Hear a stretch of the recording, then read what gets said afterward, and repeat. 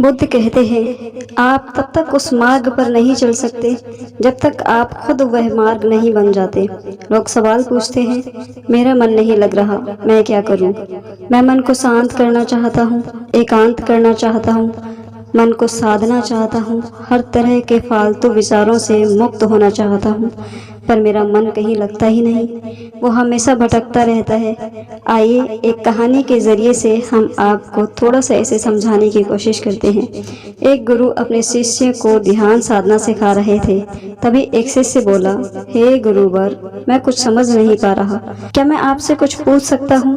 गुरुजी ने कहा, बिल्कुल पूछ सकते हो। शिष्य ने कहा, जैसे मैं पानी पीता हूँ तो मेरी प्यास बुझ जाती है, या कोई भी पानी पीता है तो उसकी प्यास बुझ जाती है, लेकिन ध्यान के संबंध में ऐसा क्यों नहीं होता? जब हम आपके कहे अनुसार एक जैसा ध्यान करते हैं तो हम में से कोई पहले तो कोई बाद में तो कोई कभी भी ध्यान की स्थिति को प्राप्त कर ही नहीं पाता। ऐसा क्यों होता है?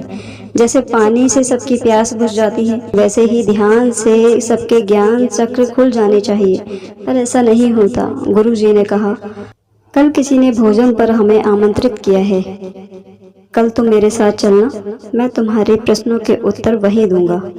अगले दिन दोनों गुरु शिष्य भोजन के लिए एक धनी व्यक्ति के घर पहुंचे। धनी व्यक्ति की पत्नी ने उन्हें भोजन करवाया था। दोनों भोजन करने बैठ जाते हैं। उन्हीं के साथ उस स्त्री का पति भी भोजन करने बैठा होता है। उसने अपने सभी नौकरों पर चिल्लाकर कहा, ये क्या बेकार सा भोजन लगा रखा है, इसमें कोई स्वाद नहीं है। वह भोजन की थाली फेंक कर नौकरों से कहता है कि जाओ दोबारा ढंग का भोजन बनाकर लाओ। धनी व्यक्ति की पत्नी उन दोनों गुरु शिष्य से क्षमा मांग कर उन्हें भोजन परोसने लगी। दोनों ने भोजन किया। गुरु ने अपनी थाली में 2 रोटी छोड़ दी। गुरु ने उस स्त्री से कहा कि बेटी, क्या तुम मुझे ये 2 रोटी बांध कर दे सकती हो? स्त्री ने उन 2 रोटियों को बांध कर दे दिया। उसके बाद दोनों वहां से निकल गए। रास्ते में गुरुजी ने शिष्य से पूछा कि तुम्हें भोजन कैसा लगा? शिष्य ने कहा, भोजन तो अति स्वादिष्ट था, मुझे पसंद आया, मुझे भोजन करके बहुत अच्छा लगा। गुरु ने कहा, इससे अधिक तुम्हें और कुछ नहीं लगा? शिष्य ने कहा, इससे अच्छा और क्या लग सकता है गुरुदेव, मेरी भूख मिट गई, मेरा पेट भर गया। गुरुजी ने कहा, भोजन तो अच्छा था, फिर वो उस स्त्री के पति को भोजन पसंद क्यों नहीं आया? भोजन तो अच्छा बना था ना, भोजन एक ही था, तब उसे पसंद क्यों नहीं आया? शिष्य ने कहा, आप ठीक कहते हैं गुरुदेव, मैं तो कुछ समझ ही नहीं पा रहा हूँ, आप ही कुछ बताएं। गुरुजी ने कहा, अभी तुम मेरे साथ आगे चलते रहो। गुरु शिष्य चलते चलते बहुत दूर निकल आए। शिष्य ने गुरुजी से कहा, गुरुदेव, हम हमारे आश्रम के मार्ग पर तो नहीं हैं, फिर हम कहाँ जा रहे हैं? गुरु ने कहा, बस चलते रहो। बहुत दूर चलने के बाद एक फटेहाल व्यक्ति गुरुजी के सामने आ गया और उनके चरणों में गिर गया। हे परमात्मा, मेरी मदद करो, मैं 3 दिन से भूखा हूँ, मैंने कुछ भी नहीं खाया है, आप कृपया अगर मुझे कुछ खाने को दें। गुरुजी ने उस व्यक्ति को एक पेड़ के नीचे बिठाया और उन 2 रोटियों को निकाल करके जो उस महिला ने उन्हें बांध कर दी थी, रोटियों को देखते ही उस गरीब व्यक्ति के आंखों में चमक आ गई। उसने तुरंत उन 2 रोटियों को लेकर खा लिया। खाते समय उस व्यक्ति की आंखों से आंसू निकल रहे थे। वो रो रहा था और खाता जा रहा था और हाथ से इशारे कर रहा था, जैसे वो किसी अदृश्य शक्ति को कह रहा हो, तेरा धन्यवाद इस रोटी के लिए। खाने के बाद उसने गुरु जी को प्रणाम किया और धन्यवाद कहा। गुरु जी ने उसे पूछा कि भोजन का स्वाद कैसा था? उसने कहा, स्वाद तो था ही नहीं, केवल जीवन था, परमात्मा और ईश्वर था। ये रोटियां नहीं थी, ये तो साक्षात जीवन था। ये कहकर वो व्यक्ति वहां से चला गया। गुरु ने शिष्य से कहा, देखो, भोजन वही था, लेकिन एक व्यक्ति को उसमें स्वाद नहीं आता, लेकिन तुम्हें उसमें स्वाद आया। तुम्हें भोजन पसंद आता है, लेकिन वही एक व्यक्ति को इस भोजन में स्वाद नहीं आता, बल्कि इसमें ईश्वर और परमेश्वर का चेहरा देख लेता है। इसी से पता चलता है कि व्यक्ति और भोजन की तृप्ति में भी अंतर है।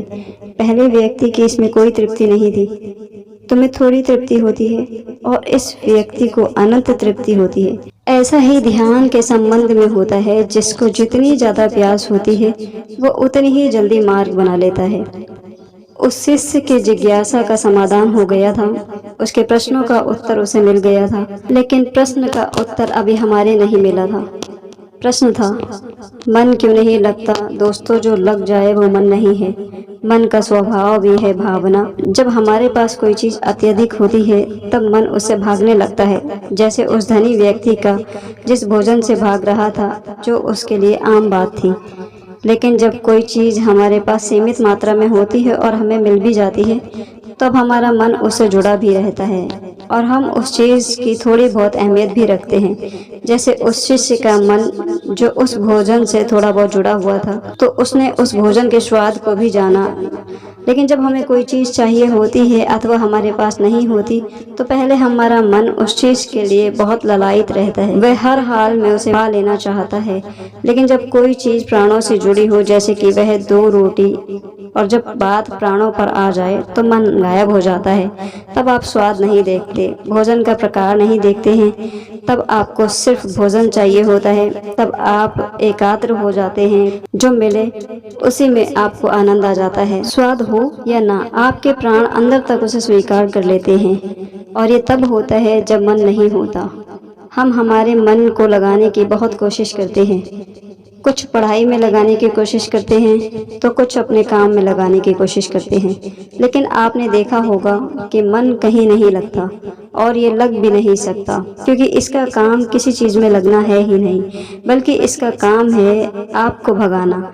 इधर से उधर एक चीज़ आपको मिली तो दूसरी चीज़ पर ले जाना, दूसरी चीज़ आपको मिली तो तीसरी चीज़ पर ले जाना। मन संतुष्टि को नहीं जानता, वह केवल पाना जानता है। पाने के बाद भूल जाना जानता है। पाने के बाद उसे छोड़ने की आदत होती है। जो छूट गया उसे फिर से पा लेने की आदत मन की होती है। अपनी ज़िंदगी के पिछले हिस्से को देखें और जानें कि क्या आपका मन कहीं लगा है, कहीं रुका है, जब वह केवल आपको अभी तक भगा रहा है। अब सवाल आता है कि अगर मन का काम भागना या फिर भगाना ही है, तो फिर क्या जिंदगी भर हम भागते ही रहेंगे? क्या हम कहीं रुकेंगे नहीं? ध्यान से देखो तो जिंदगी ऐसी ही है।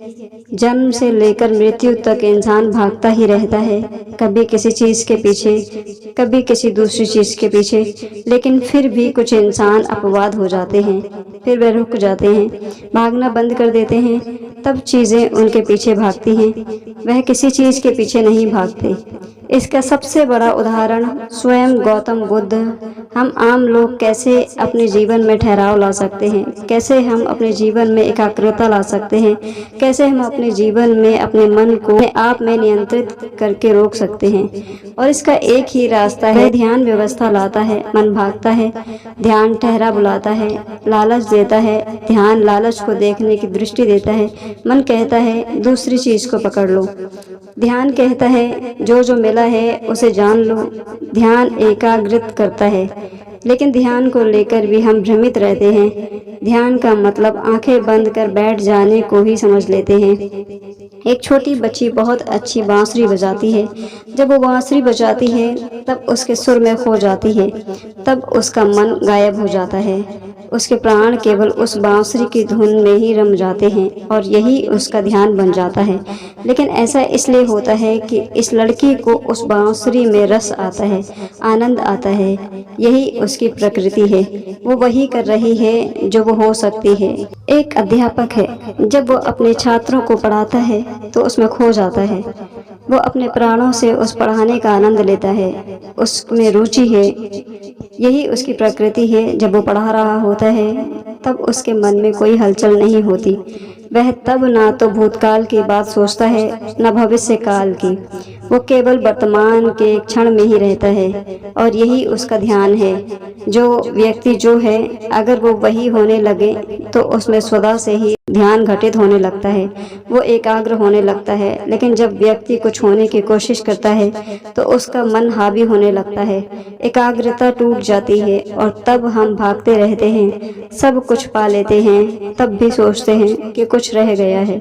और ये अधूरापन कभी पूरा नहीं होता, क्योंकि जो आप हो सकते थे, जो आपकी प्रकृति थी, वो आप नहीं हुए, बाकी सब कुछ हो गए। ऐसे ही आप हमेशा अधूरे रह जाते हैं। तब मन कहीं नहीं लगता।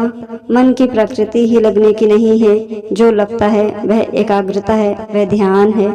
और जहाँ आपको एकाग्रता मिल जाए, समझ लेना वही आपके लिए बना है, जिस पर चलकर आप संपूर्ण हो सकते हैं। दोस्तों, आपने क्या सीखा कमेंट में ज़रूर बताएं। धन्यवाद।